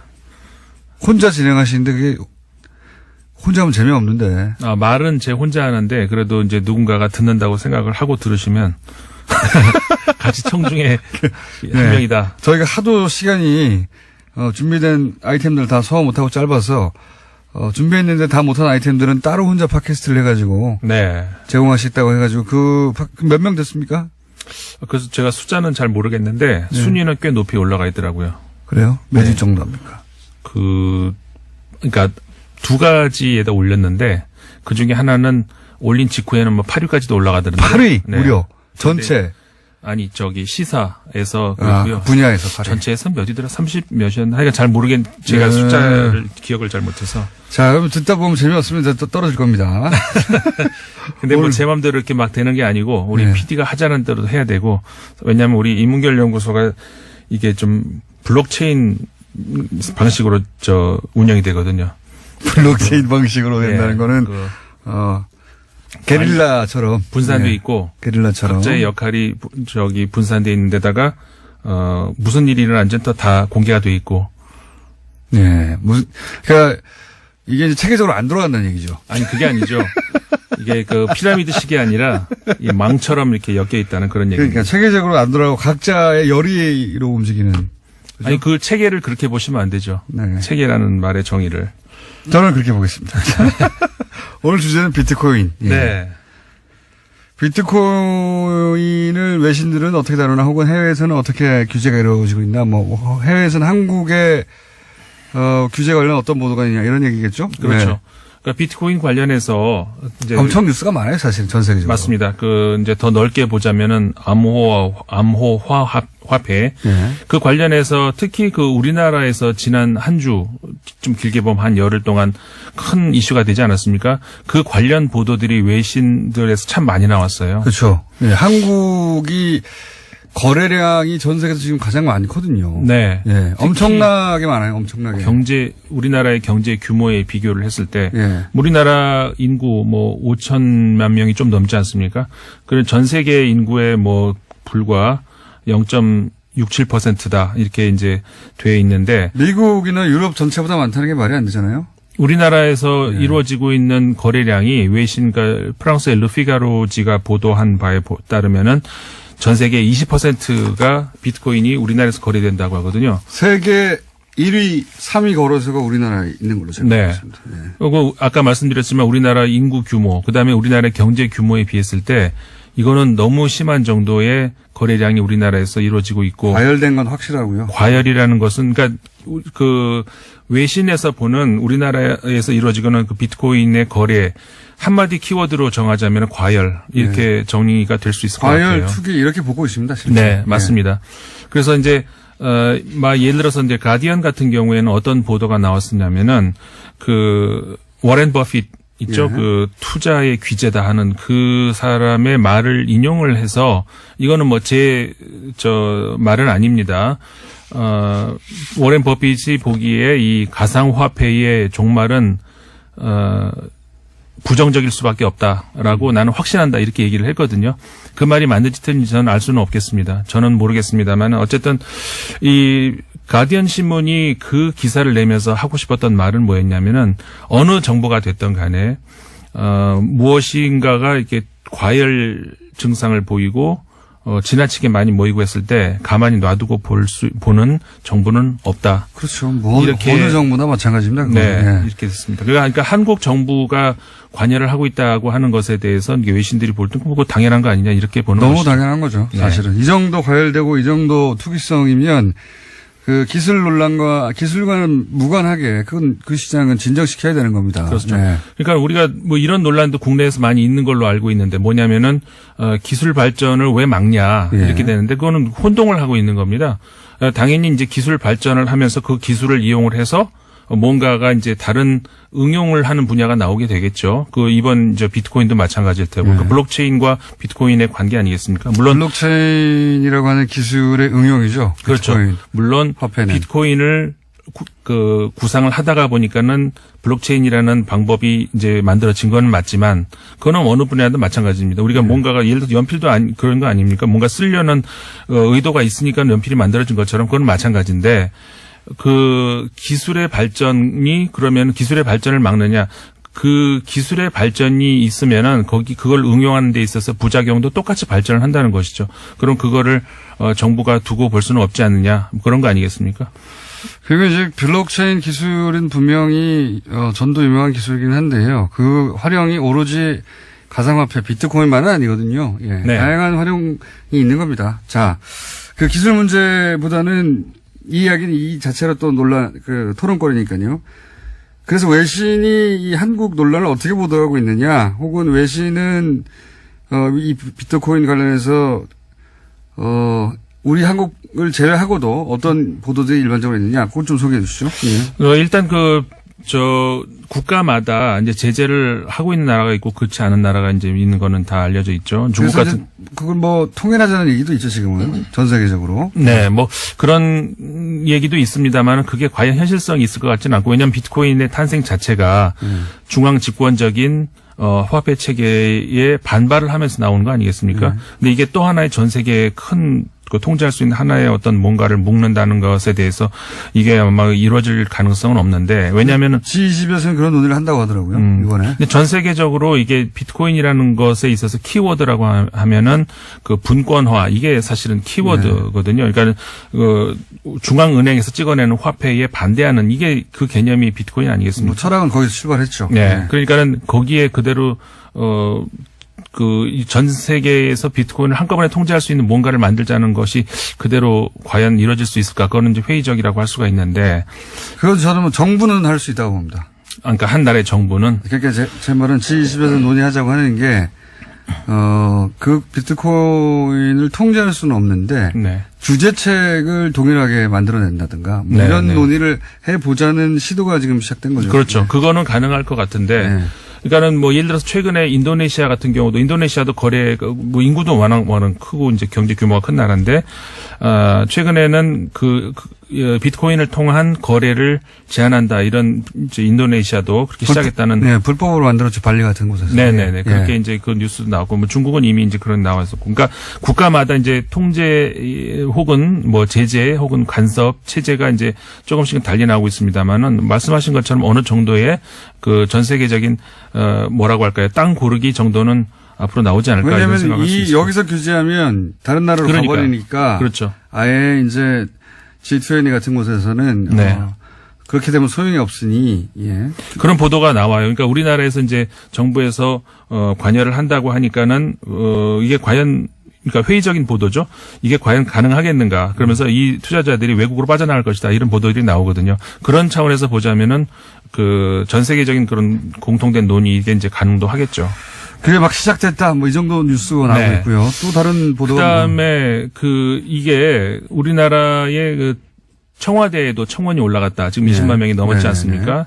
저도 읽어봤습니다만은, 그러니까 이런 거잖아요. 한마디로 얘기하자면 정부가 제가 정확한 문구는 모릅니다. 잊어버렸습니다만, 정부가 서민의 꿈을 한 번이라도 실현해 준 적이 있느냐, 뭐 이런 그런 정도의 이제 네. 문장이었는데, 이게 이제 일본의 니혼 게자이, 그러니까 니케이 신문이죠, 줄여서. 니케이 신문이 그런 관련 보도를 했어요. 그러니까 뭐냐면 우리나라에서도 그 얘기가 많이 나오죠. 젊은 세대가 특히 그 정부의 관여에 대해서 굉장히 반발을 한다. 근데 하필 그 젊은 세대가 현 정권의 지지층과 겹친다. 뭐 우리나라에서 나옵니다. 그건 그 니케이 신문이 그래서 현 정부의 딜레마다, 이렇게 이제 보도를 했어요. 근데 그러면 이 젊은 세대가 이제 제가 보기에 과연 젊은 세대가 하나로 묶을 수 있는 어떤 뭐 젊은 세대로 그냥 퉁칠 수 있느냐, 한마디로 얘기해서.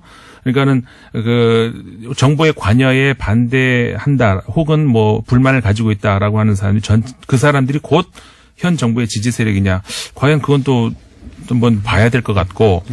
그 다음에 이게 그 현 정부에 대한 어떤 불만이라기보다는 니온 게자의 신문에 따르면은 그 세대 간의 갈등으로 번질 수 있는 소지가 있다. 이미 이제 이게 이제 이번 비트코인에서 나온다는 거거든요. 이게 무슨 소리냐면은, 그러니까는 이게 과열된 투자, 이제 그거 문제 아니겠습니까? 무슨 얘기냐면, 내가 예상할 수 있는, 내가 예를 들어서 몇 시간을 일을 하면은 그만큼 얼마의 급여를 받을 수 있다, 이런 책이 아니라 얼마가 뛸지 모르겠지만 그러니까 한번 걸어본다, 이거 아니겠습니까?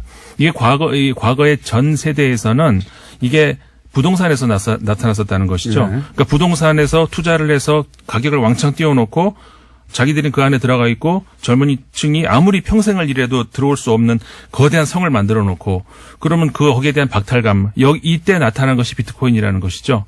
그래서 이제 비트코인에 한마디로 올인을 하려고 하는데 정부가 규제를 하려고 하니까 왜 당신들만 하고 우리는 막냐 뭐 이런 식의 그런 논리가 개발되어 있어요 현재. 네, 그러니까 내부적으로 말도 안 된다고 봅니다 저는 그거는. 말도 안 된다고 보는데 그렇게 따지면은 이제 카지노도 가야 되고요. 그렇죠. 예, 하우스도 가야 되고요. 이게 사실은 한 방을 노리는 거거든요. 일확천금을 원하는 거예요. 네, 예. 그렇죠. 일확천금을 원하는데 일확천금을 노리는 것까지는 누구나 가지고 있는 사행심입니다. 그게 있을 수 있다고 생각하면.